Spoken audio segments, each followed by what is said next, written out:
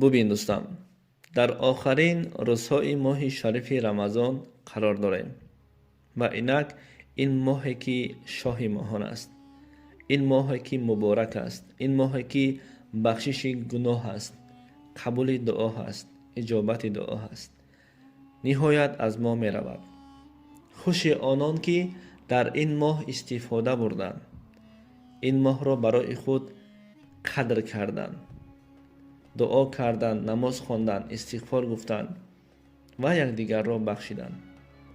وای بر حال آن کسانی که از پدر و مادر خود، از برادر و خواهر خود، از یار و رفیق و همسایه خود قهر گشت، زیرا قدر این ماه شریف را ندانست.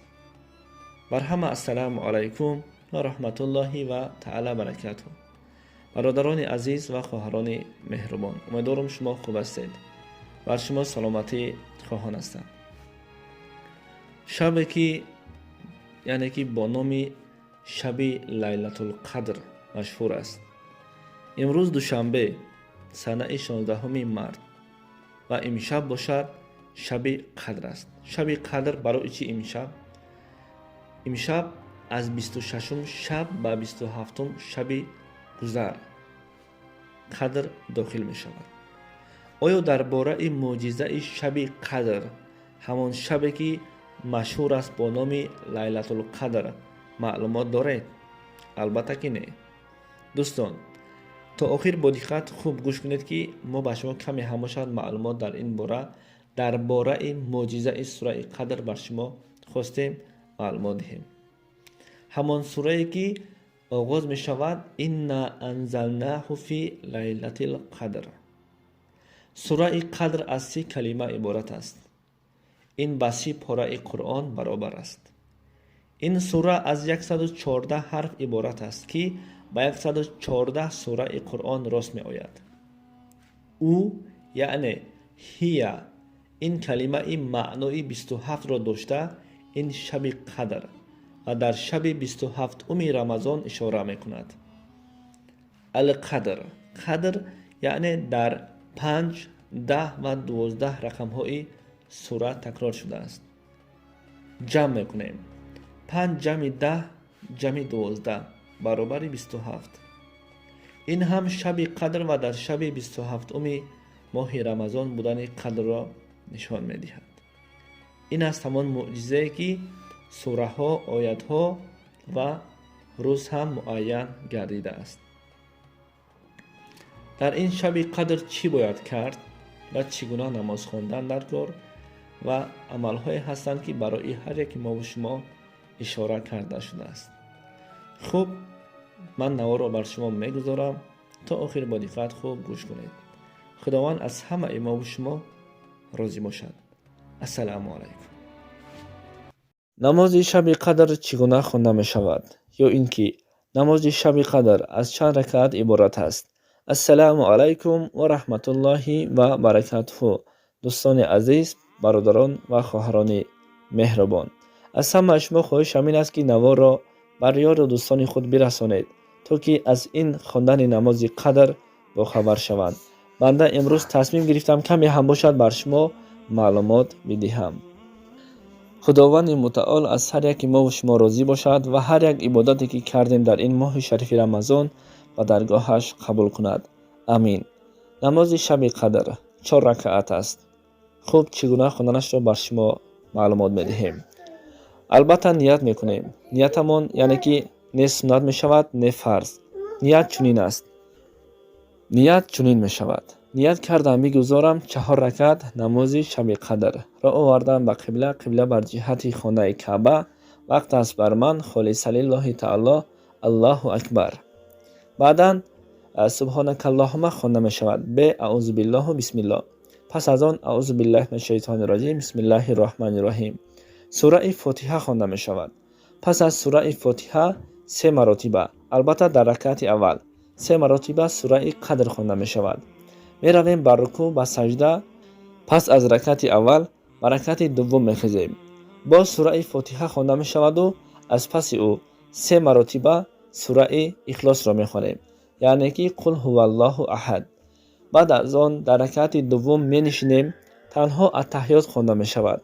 дар ракъати севум низ сураи фотиҳа пас аз сураи фотиҳа 3 маротиба сураи қадр инна анзалнаҳу фи лайлатил қадр хонда мешавад, албатта 3 маротиба.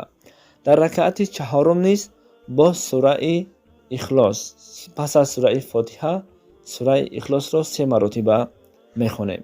албатта ин танҳо дар намози шаби қадр аст. дар шаби қадр чанд маротиба агар шумо ният кунед ки намози шаби қадр мехонем, пас ният мекунед, не фарз дорад, не суннат дорад, танҳо ният кардам бигузорам 4 ракат намози шаби қадр. худованди мутаол дар ин моҳи шарифи рамазон аз гуноҳҳои мо бигзарад, дуоҳои моро мустаҷоб ва ба касбу корҳои мо баракат диҳад ва ин давлати тоҷикистони азизи моро дар паноҳаш нигаҳ бидорад. ассалому алайкум ва раҳматуллоҳи ва баракатуҳу. ин 4 амалро дар шаби қадр ба анҷом нарасонида хоб накунед. ассалому алайкум ва раҳматуллоҳи ва баракатуҳу. дӯстони азиз, бародарону хоҳарон, ҳамин наворо бар ёду дӯстони худ бирасонед. агар ҳар шахсияте ки ин 4 амалро дар шаби қадр ба анҷом бирасонад, хуш ба ҳолаш, агар не, фардо пушаймон мешавад. хуб, наворо бо диққат гӯш кунед. расули аллоҳ саллаллоҳу алайҳи васалам ба модарамон оиша розиаллоҳу анҳо гуфтанд: имшаб, яъне дар шаби қадр 4 амалро накарда хоб нарав. чӣ амал аст, ё расулаллоҳ? гуфта пурсиданд. дӯстони азиз, ин бар ҳамаи мо шумо тааллуқ дорад, пас то охир хуб гӯш мекунем. расули худо муҳаммад саллаллоҳу алайҳи васалам гуфтанд: якум, қуръонро хатм накарда хоб накун. дуввум, ҳамаи паёмбаронро рӯзи қиёмат барои худат шафоатгар бикун. севум, розигии ҳамаи мусалмононро биёб. чаҳорум, ҳаҷ ва умра бикун. баъд аз гуфтани ин суханҳо расули худо саллаллоҳу алайҳи васалам барои адо кардани намози хуфтан дохил шуданд. модарамон оиша мегӯяд, расулаллоҳ баъд аз анҷоми намоз хестанд ва ман ба наздаш рафтаму гуфтам: ё расули худо, падару модарам фидои шумо бошад. ба ман гуфтед ки то ин 4 амалро накарда хоб накунам. оё ман чӣ хел ин 4 амалро дар як шаб аз худааш мебароям? роҳи инҳоро бар ман нишон диҳед, гуфта пурсон шуданд. дар ҳамин вақт мегӯяд расулаллоҳ саллаллоҳу алайҳи васалам каме табассум карда гуфтанд: эй оиша, ин 4 амале ки гуфтам аз ту ҳеҷ қувват намехоҳад. ин тавр кун. якум, агар ту 3 маротиба сураи ихлосро бихонӣ, гӯё ки ту хатми қуръон кардаӣ. дуввум, бар ман ва бар кулли паёмбароне ки пеш аз ман будаанд салавот бифиристӣ, мо бар ту рӯзи қиёмат шафоатгар мешавем. яъне бузургтарин салавот дар назди паёмбарамон муҳаммад мустафо саллаллоҳу алайҳи васалам ин ҳамон салавотест ки мо ҳар рӯз дар 5 вақт намоз мехонем.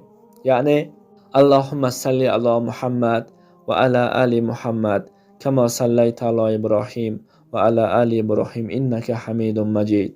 аллоҳумма борик ала муҳаммад ва ала али муҳаммад кама баракта ала иброҳим ва ала али иброҳим иннака ҳамидун маҷид. расули худо саллаллоҳу алайҳи васалам боз гуфтанд: севум, барои муъмину муъминаҳо аз худованд талаби афв пурсӣ, гӯё ки ҳамаи мусалмонҳоро ту аз худ розӣ гардонидаӣ. чаҳорум, касе ки гӯяд субҳаналлоҳи валҳамдулиллаҳи ва ла илаҳаиллаллоҳу валлоҳу акбар ва ла ҳавла ва ла қуввата илла биллаҳи алиюл азим, гӯё ки савоби ҳаҷ ва умраро мегирад. яъне ҳар шахсияте ин амалҳоро дар шаби қадр анҷом диҳад. баъдан модарамон оиша розиаллоҳу анҳо аз паёмбари нозанинамон пурсид: ё расули худо, дар шаби қадр чӣ гуна бояд дуо кунам? расули худо саллаллоҳу алайҳи васалам ин дуоро хонданд: аллоҳумма иннака афуфун карим тухиббул авфа авфу анни. маънои ин дуо чунин аст: худоё, албатта ту бахшанда ҳастӣ, мебахшӣ ва гуноҳҳои манро ва гуноҳҳои тамоми мусалмонҳоро худат афв бикун. яъне бубахш гуфта ин дуоро бихон гуфтанд. السلام علیکم و رحمت الله و برکاته.